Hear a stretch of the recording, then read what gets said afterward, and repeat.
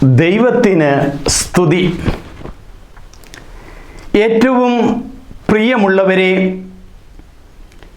November 24 യേശുവിൻ്റെ രാജത്വ തിരുനാൾ ആഘോഷിക്കുകയാണ്. യേശു രാജാവാണെന്ന് ബൈബിളിൽ പറയുന്നുണ്ട്.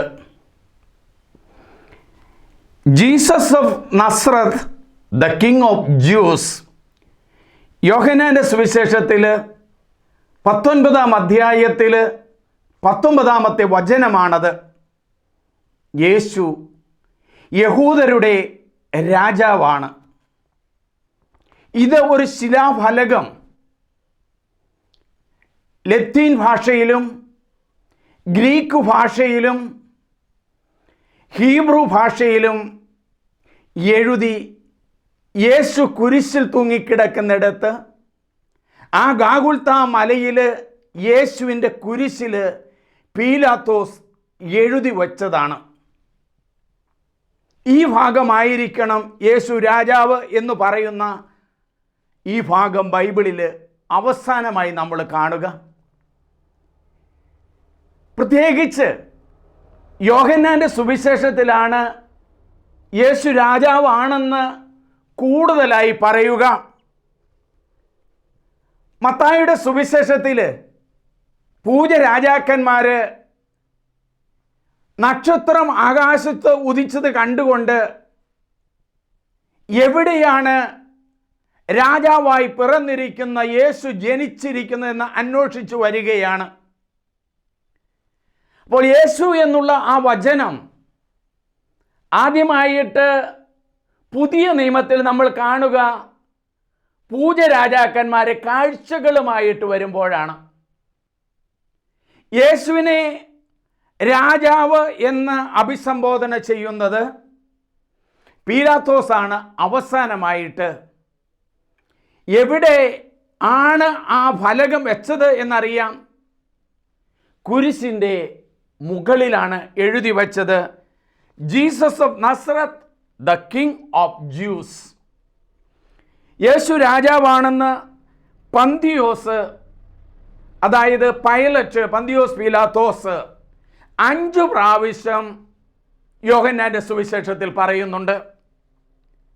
ജനങ്ങൾ ഓശാന പാടുന്ന അവസരത്തിൽ യേശുവിനെ hosanna hosanna, the king of David, യേശുവിന് ഹോസാന എന്ന് പറയുകയാണ്.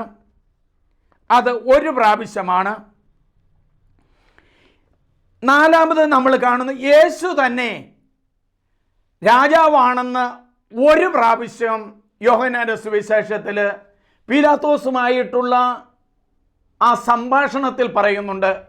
വേദനാജനകമായ ആ അവസരത്തിൽ ഞാൻ രാജാവാണെന്ന് പറയുന്നത്. പട്ടാളക്കാർ 1 പ്രാവശ്യം യേശുവിനോട് പറയുന്നുണ്ട്. യേശുവിനെ കരണത്തടിച്ച് തലയിൽ മുൾമുടിയൊക്കെ വച്ച് ചുവപ്പ് നിറത്തിലുള്ള വസ്ത്രമെല്ലാം ധരിപ്പിച്ചതിനു ശേഷം അടിച്ച് പീലാത്തോസിൻ്റെ മുമ്പിലേക്ക് കൊണ്ടുവരുന്നതിന് മുമ്പ് യഹൂദരുടെ രാജാവെ സ്വസ്തി എന്ന് പറഞ്ഞ് കളിയാക്കി വിളിക്കുന്നുണ്ട്. നമ്മുടെ പ്രധാനമായ ഭാഗത്തിലേക്ക് കടക്കുകയാണ്. യോഹന്നാൻ്റെ സുവിശേഷത്തിൽ 6 പ്രാവശ്യമുണ്ട് നസ്രായനായ യേശു രാജാവാണെന്ന് പറയുന്നത്. 1-മത് നമ്മൾ കാണുന്നത് നീ യഹൂദരുടെ രാജാവാണോ എന്ന് യോഹന്നാൻ്റെ സുവിശേഷത്തിൽ 18-ാം അധ്യായം 33-ാം വചനത്തിൽ പറയുകയാണ്. പട്ടാളക്കാരും ജനപ്രമാണികളും യേശുവിനോട് വിരോധമുള്ള ആളുകളും ചേർന്നുകൊണ്ട് യേശുവിനെ പീലാത്തോസിൻ്റെ അരമന മുറ്റത്തേക്ക് കൊണ്ടുവരികയാണ്. ആ അരമന മുറ്റത്ത് കൊണ്ടുവരുമ്പോൾ പെസഹ അപ്പം ഭക്ഷിക്കേണ്ടത് അശുദ്ധരാകാതിരിക്കാനായിട്ട് പീലാത്തോസ് പുറത്തേക്ക് വരികയാണ്. ഈ അവസരത്തിൽ യേശുവിനോട് പീലാത്തോസ് ചോദിക്കുകയാണ്, നീ യഹൂദരുടെ രാജാവാണോ? യേശു പീലാത്തോസിനോട് ചോദിക്കുകയാണ്, നീ സ്വമേധയാ പറയുന്നതാണോ മറ്റുള്ളവർ നിന്നോട് പറഞ്ഞിട്ട് നീ ചോദിക്കുന്നതാണോ? ഈ അവസരത്തിൽ യേശു പറയുക, എൻ്റെ രാജ്യം ഐഹികമല്ല. ഈ നാട്ടിലുള്ളതല്ല എൻ്റെ രാജാവ്, ഈ നാട്ടിലുള്ളതല്ല എൻ്റെ രാജ്യം. എൻ്റെ രാജ്യം സ്വർഗത്തിലാണ്, പിതാവ് എന്നെ അയച്ചിരിക്കുന്നു എന്ന് യേശുവിൻ്റെ പ്രഭാഷണങ്ങളിൽ പലയിടത്തും പറയുന്നുണ്ട്. യേശു രാജാവാണെന്ന്, ജീസസ് ക്രൈസ്റ്റ് ദ കിങ് എന്ന് ക്രൈസ്തവ സമൂഹം മുഴുവനും, കത്തോലിക്ക സഭയും യാക്കോബ് സഭയും CSI സഭയും പെന്തക്കോസ്ത സഭകളും എല്ലാം പറയുന്നുണ്ട്. എവിടെയോ ഞാൻ വായിച്ചു 40,000-ൽ പരം ക്രിസ്തുവിൻ്റെ ഡിനോമിനേഷൻസ് ഉണ്ട് എന്ന്.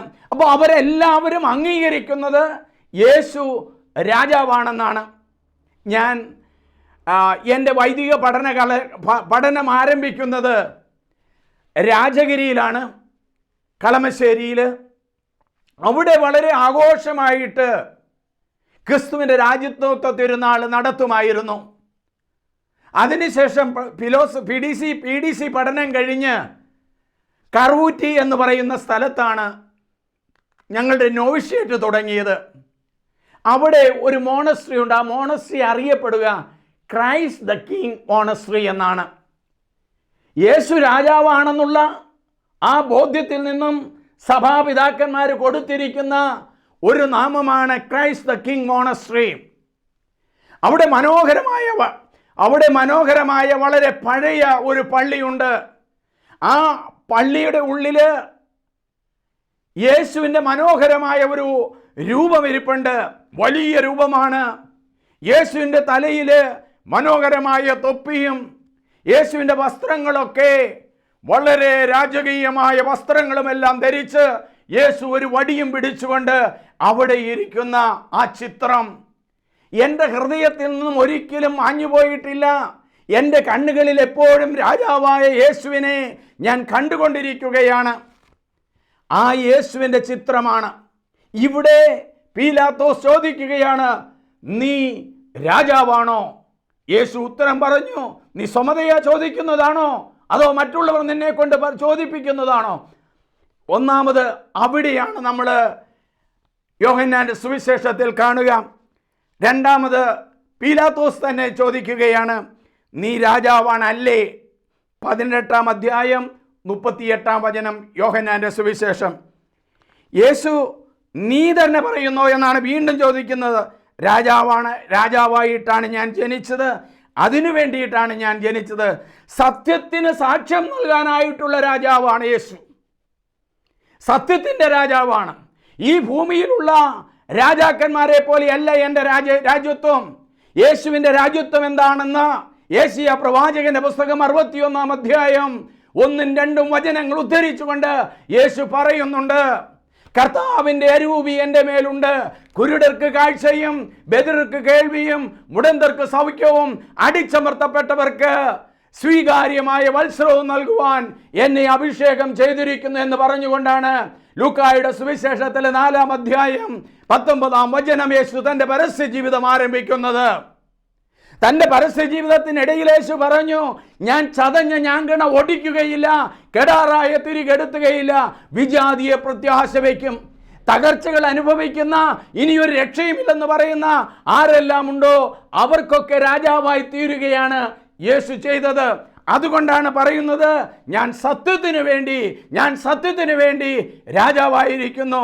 തഴയപ്പെട്ടവർക്ക് വേണ്ടിയിട്ടുള്ള രാജാവാണ്, രോഗികൾക്ക് വേണ്ടിയിട്ടുള്ള രാജാവാണ്, അടിച്ചമർത്തപ്പെട്ടവർക്കുള്ള രാജാവാണ് എന്നാണ് യേശു പറയുന്നത്. മൂന്നാമത് നമ്മൾ കാണുകയാണ്, ചോദിക്കുകയാണ് യേശുവിനെ അവിടെ പീലാത്തോസിന്റെ അരമന മുറ്റത്തേക്ക്, പ്രത്തോറിയത്തിലേക്ക് കൊണ്ടുവന്നവരോട് ചോദിക്കുക, യഹൂദരുടെ രാജാവിനെ വിട്ടുതരണമോ? യഹൂദരുടെ രാജാവിനെ വിട്ടുതരട്ടെയോ? അതിനു മുമ്പ് യേശുവിനെ എന്തു ചെയ്തു? യേശുവിനെ ചമ്മട്ടി കൊണ്ട് അടിച്ചു, യേശുവിനെ ഉള്ളിൽ കയറി ചോദിച്ചു. അങ്ങനെയെല്ലാം മനസ്സിലാക്കിയിട്ട് ചോദിക്കുക, നിങ്ങളുടെ രാജാവിനെ, യഹൂദരുടെ രാജാവിനെ വിട്ടുതരട്ടെയോ? യോഹന്നാന്റെ സുവിശേഷം 18-ാം അധ്യായം 39 വചനമാണ്. കാരണം എല്ലാ പെസഹ ദിവസങ്ങളിലും അവർ ആവശ്യപ്പെടുന്ന ഒരു കുറ്റവാളിയെ മോചിപ്പിക്കുക പതിവായിരുന്നു. എന്നാൽ ഇവിടെ ജനം വിളിച്ചു പറഞ്ഞു, കള്ളനായ, മോശക്കാരനായ, കൊലപാതകിയായ ബറാബാസിനെ വിട്ടുതരിക, ബറാബാസിനെ വിട്ടുതരിക, യേശുവിനെ ക്രൂശിക്കുക. അവരുടെ ശബ്ദമുയർന്നു. ഈ അവസരത്തിലാണ് യേശുവിനെ പട്ടാളക്കാരുടെ കൈകളിലേക്ക് കൊടുക്കുന്നത്. യേശുവിനെ ചമ്മട്ടി കൊണ്ടടിച്ചു. കൂർത്തുമൂർത്ത ഇരുമ്പ് കഷണങ്ങള് യേശുവിൻ്റെ ആ ശരീരത്തിലേക്ക് ആഞ്ഞാഞ്ഞു വീശിക്കൊണ്ടിരുന്നു, അടിച്ചുകൊണ്ടിരുന്നു. യേശുവിൻ്റെ മാംസമെല്ലാം ചിന്നി ചിതറിക്കൊണ്ടിരുന്നു. എവിടെയെല്ലാം ആ ഇരുമ്പിന്റെ കഷണങ്ങള്, കൂർത്തുമൂർത്ത മുള്ളുകള് ചെന്നു പതിച്ചു എന്ന് ഓർക്കുമ്പോൾ നമ്മുടെ ഹൃദയം വേദനിക്കുന്നില്ലേ? ഈ രാജാവിനെ പീഡിപ്പിക്കുകയാണ്. മാത്രമല്ല, യഹൂദരുടെ രാജാവേ സ്വസ്തി എന്ന് പറഞ്ഞുകൊണ്ട് പട്ടാളക്കാര് യേശുവിൻ്റെ ശിരസിൽ ഒരു മുൾമുടി വെച്ചു കൊടുത്തു. മാത്രമല്ല, കരണക്കുറ്റിക്കിട്ട് അടിക്കുന്ന സമയത്തിൽ കണ്ണുകൾ മൂടിക്കെട്ടിയിട്ട് ചോദിച്ചു, ആരാണ് നിന്നെ അടിച്ചത്? ആരാണ് നിന്നെ അടിച്ചത്? വേദനിക്കുന്ന ഒരു മനുഷ്യൻ, മാനുഷികമായി ചിന്തിക്കുക, വേദനിക്കുന്ന ഒരു മനുഷ്യൻ, അടികൊണ്ട ശരീരത്തിലെ മാംസക്കണങ്ങളെല്ലാം ചിന്നിച്ചിതറിയ ഒരു മനുഷ്യൻ, ആ മനുഷ്യന്റെ കരണക്കുറ്റിക്കിട്ട് വീണ്ടും വീണ്ടും അടിച്ചു, ചുമന്ന് ഉടുപ്പ് കൊടുത്തു. മാത്രമല്ല, യേശുവിൻ്റെ ശിരസിലേക്ക് ഒരു മുൾമുടി ഉണ്ടാക്കി അവർ തലയിൽ വെച്ചു കൊടുത്തു. വടികൊണ്ടത് അമർത്തുകയാണ് ചെയ്യുന്നത്. നമ്മളൊക്കെ പറയുന്ന കട്ടക്കാരമുള്ള്, അത് ഇന്നും ഇസ്രായേലിലുണ്ട്.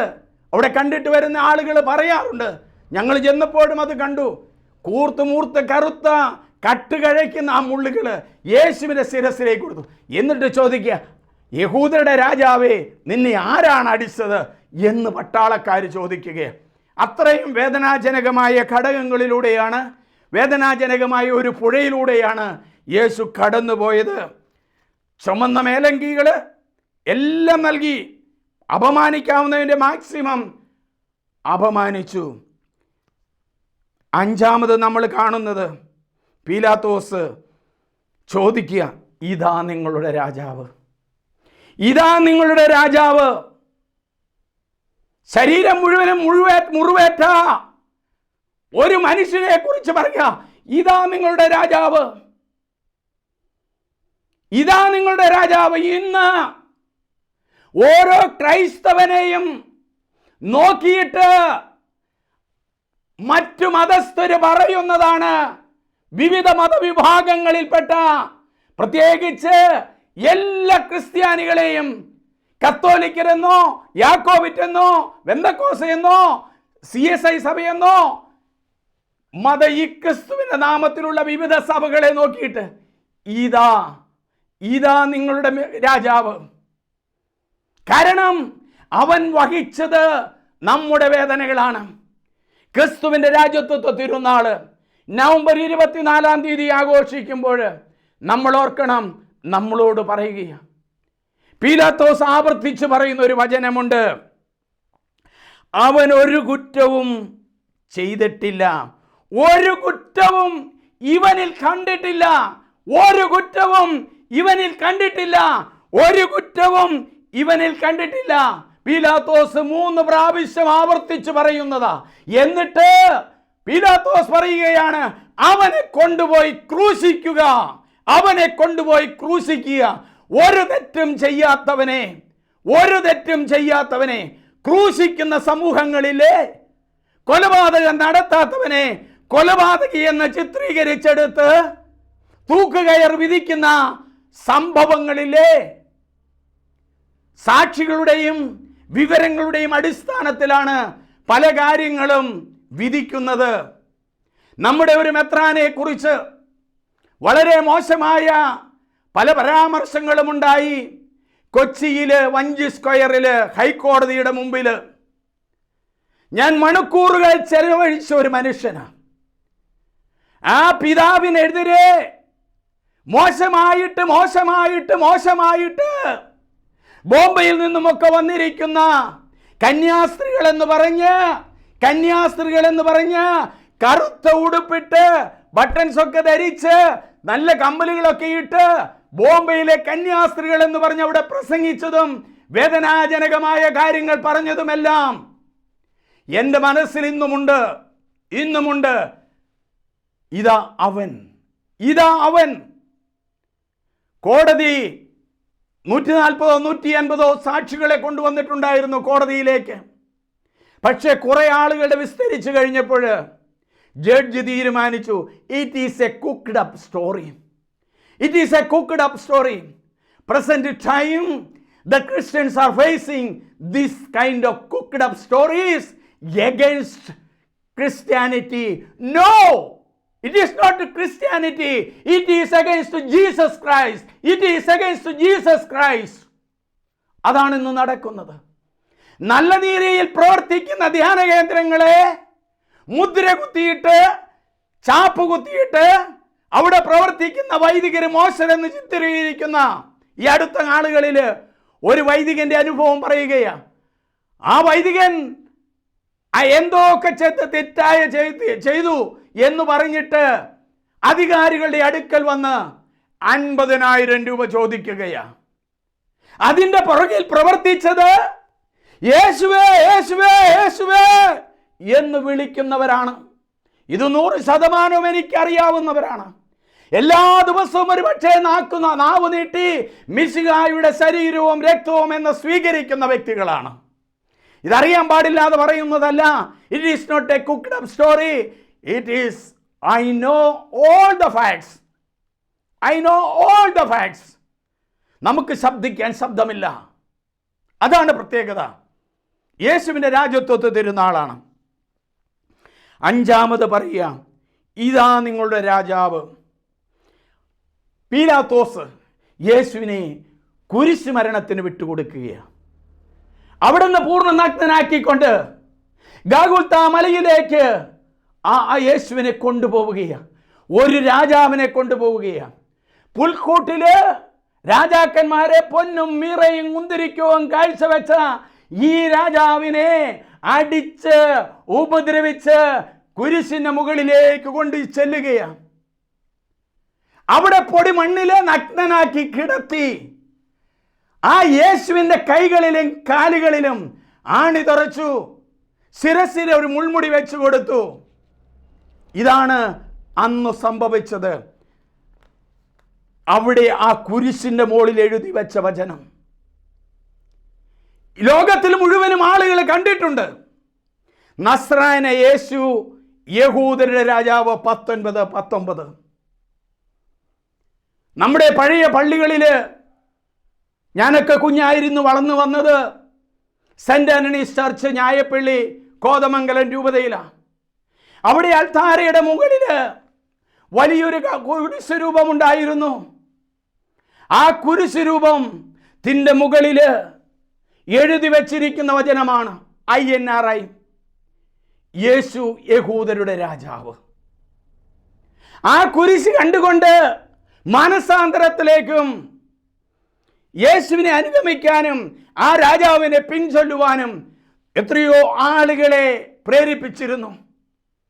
കുരിശിന്റെ വഴിയിൽ 14-ാം സ്ഥലത്ത് ആ കുരിശുകൾ ഇറക്കി പള്ളികളിൽ പ്രതിഷ്ഠിച്ചിട്ടുണ്ട്. ഞാനൊന്നും അതിനെക്കുറിച്ച് പറയുന്നില്ല. ദൈവമേ നന്ദി. യഹൂദരുടെ രാജാവ്, നമ്മുടെ രാജാവ്, ലോകത്തിൻ്റെ രാജാവ്, പാവപ്പെട്ടവന്റെ രാജാവ്, അടിച്ചമർത്തപ്പെട്ടവന്റെ രാജാവ്, ഇനി ഒരു രക്ഷയുമില്ലെന്ന് വിചാരിക്കുന്നവരുടെ രാജാവ് INRI, യേശുവിൻ്റെ ആ കുരിശ് പിശാചുക്കൾക്ക് മോചനം നൽകുന്നതാണ്, രോഗികൾക്ക് സൗഖ്യം നൽകുന്നതാണ്. ഈ ദിവസങ്ങളിൽ ഒരു പിതാവിൻ്റെ കുർബാനയിൽ ഞാനും ഒരുമിച്ച് ചേർന്നു. പിതാവ് തൻ്റെ കുരിശെടുത്തിട്ടാണ് കാസ ആശീർവദിക്കുന്നത്. പിതാവ് ആ കുരിശെടുത്തിട്ടാണ് ജനങ്ങളെ ആശീർവദിക്കുന്നത്. പിതാവ് ആ കുരിശെടുത്താണ് തന്നെ വെഞ്ചരിക്കുന്നത്. കുരിശിൻ്റെ മാഹാത്മ്യം മനസ്സിലാക്കാം. യേശു കുരിശിൽ മരിച്ചു. അവിടുന്ന് വലിയ കിരീടത്തിന് പകരം മുൾമുടിയായിരുന്നു. ചെങ്കോൽ പിടിക്കേണ്ട കൈകളിൽ